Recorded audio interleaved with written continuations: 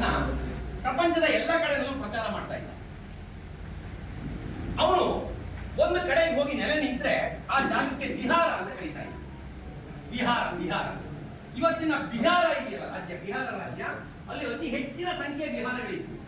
ಹಾಗಾಗಿ ಆ ರಾಜ್ಯಕ್ಕೆ ಬಿಹಾರ ಅಂತ ಹೆಸರು ಬಂತು ಅಂತ ಕೂಡ ಹೇಳ್ತಾರೆ. ಹೀಗೆ ಒಂದು ವಿಹಾರದಲ್ಲಿ ಬುದ್ಧನ ಪ್ರವಚನ ಸಾಗಿತ್ತು. ಸಾಧಾರಣವಾಗಿ ಬುದ್ಧನ ಕಾರ್ಯಕ್ರಮ ಸಂಜೆ ಅವರವರ ಪ್ರತಿಷ್ಠೆಗೆ ಅನುಗುಣವಾಗಿ ದೀಪ ತರೋದು. ಆ ಊರಿನಲ್ಲಿ ಒಬ್ಬಳು ಮುದುಕಿ ಇದ್ದು, ಬಹಳ ಬಡವಿ, ಅವರಿಗೆ ಬುದ್ಧನ ಮೇಲೆ ಬಹಳ ಭಕ್ತಿ. ಅವರಿಗೂ ಕೂಡ ಬುದ್ಧನ ಕಾರ್ಯಕ್ರಮದಲ್ಲಿ ದೀಪ ಹಂಚಬೇಕು ಅಂತ ಆಸೆ. ತಾನು ಕಷ್ಟಪಟ್ಟು ಗಳಿಸಿ ಉಳಿಸಿದ ಹಣದಲ್ಲಿ ಒಂದು ಮಣ್ಣಿನ ಪ್ರಣತಿಯನ್ನು ಖರೀದಿಸ್ತಾಳೆ. ಬುದ್ಧನ ಕಾರ್ಯಕ್ರಮ ನಡೀತಾ ಇರುವ ಜಾಗದಲ್ಲಿ ದೀಪಗಳನ್ನು ಹಾರಿಸ್ತಾ ಬರ್ತಾರೆ. ಕೊನೆಗೆ ನಮ್ಮ ಅಜ್ಜಿ ಹಚ್ಚಿಟ್ಟ ದೀಪದ ಬಳಿ ಬರ್ತಾರೆ. ಬಂದ್ಬಿಟ್ಟು ಉಪ್ಪು ಅಂತ ಊದ್ತಾರೆ, ದೀಪ ಆರ್ತಾ ಇಲ್ಲ. ಕೈಯಿಂದ ಬೀಸ್ತಾರೆ, ಆದ್ರೂ ದೀಪ ಆರ್ತಾ ಇಲ್ಲ. ತಮ್ಮ ವಸ್ತ್ರವನ್ನು ತಗೊಂಡು ಜೋರಾಗಿ ಬೀಸ್ತಾರೆ, ದೀಪ ಆರ್ತಾ ಇಲ್ಲ. ಅದನ್ನ ದೂರದಲ್ಲಿ ಕುಳಿತು ಗಮನಿಸ್ತಾ ಇದ್ದಂತ ಬುದ್ಧದೇವ ಅಲ್ಲಿಂದಾನೆ ಹೇಳ್ತಾನೆ, ಅದನ್ನು ಆರಿಸುವ ಪ್ರಯತ್ನವನ್ನ ಬಿಟ್ಟುಬಿಡಿ. ಯಾಕೆಂದ್ರೆ ಅದು ಅತ್ಯಂತ ಭಕ್ತಿಯಿಂದ, ಅತ್ಯಂತ ಶ್ರದ್ಧೆಯಿಂದ, ಅತ್ಯಂತ ಪ್ರೀತಿಯಿಂದ ಹಚ್ಚಿದ ದೀಪ ಯಾವತ್ತಿಗೂ ಆರೋದಿಲ್ಲ. ನಾವು ಮಾಡ್ತಾ ಇರೋ ಕಾಯಕ ಅದೇ ರೀತಿಯದ್ದು. ನಾವು ಮನೆಗಳಲ್ಲಿ ಬೆಳಗ್ತಾ ಇರೋದು ಬರೀ ದೀಪ ಅಲ್ಲ, ಆರದ ಬೆಳಕು. ಆ ನಿಟ್ಟಿನಲ್ಲಿ ನಮ್ಮ ಕೆಲಸವನ್ನ ನಾವು ಅದ್ಭುತವಾಗಿ, ಪರಿಣಾಮಕಾರಿಯಾಗಿ ಮಾಡುವ ಆಲೋಚನೆಗಳನ್ನು ಹೇಗೆ ಮಾಡಬೇಕು ಅನ್ನೋದೇ ಇವತ್ತು ನನ್ನ ಮಾತಿನ ವಿಷಯ. ಆಗ್ಬೋದಾ? ಆರಂಭದಲ್ಲಿ ನನ್ನನ್ನ ಪರಿಚಯ ಮಾಡಿಕೊಟ್ಟ ನನ್ನ ಆತ್ಮೀಯ ಸ್ನೇಹಿತರಾದಂತಹ ಭಾನುಪ್ರಕಾಶ್ ನನಗೆ ಬಹಳ ಬಂಧುವರು, ಬಹಳ ಹತ್ತಿರದ ಸ್ನೇಹಿತರು. ಅವರು ಭಾಷಣಕಾರ ಇದ್ದಂತೆ.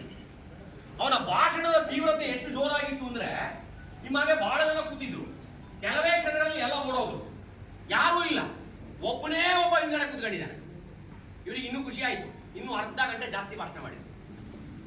ಆಮೇಲೆ ಅವ್ನು ಹತ್ರ ಕಡೆ ಕೇಳಿದಂತೆ, ಅಲ್ಲ ಯಾವ ಉಳಿದವರೆಲ್ಲ ಲಾಠಿ ಚಾರ್ಜ್ ಆದಾಗ ಓಡೋಗ್ತಾರಲ್ಲ, ಹಂಗೆ ಓಡೋದ್ರು, ನೀನ್ ನೋಡಿದ್ರೆ ಒಳ್ಳೆ ಕಲ್ಗುಂಡು ಕುಂದಂಗ್ ಕುಂತಿದ್ಯಲ್ಲ, ಏನ್ ಕಂಡೆ ನನ್ನ ಭಾಷಣದಲ್ಲಿ?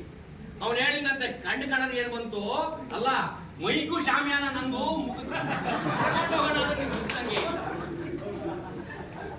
ಇನ್ನೊಬ್ಬರ ಭಾಷಣ ಇನ್ನೂ ಭೀಕರವಾಗಿತ್ತು. ಈ ಸರಿನೂ ಇದೇ ತರ ಎಲ್ಲ ಓಡೋದ್ರು. ಆದ್ರೆ ಒಬ್ಬನೇ ಒಬ್ಬ ವ್ಯಕ್ತಿ ಮಾತ್ರ ಹಿಂದ್ಗಡೆಯಿಂದ ಒಂದು ದೊಡ್ಡ ದೊಣ್ಣೆ ತಗೊಂಡು ಬಡಿಗೆ ಆಚೆ ಈಚೆ ನೋಡ್ತಾ ಬರ್ತಾ ಇದ್ದಾರೆ. ಇವರಿಗೆ ಜೀವ ಭಯ ಶುರುವಾಯ್ತು.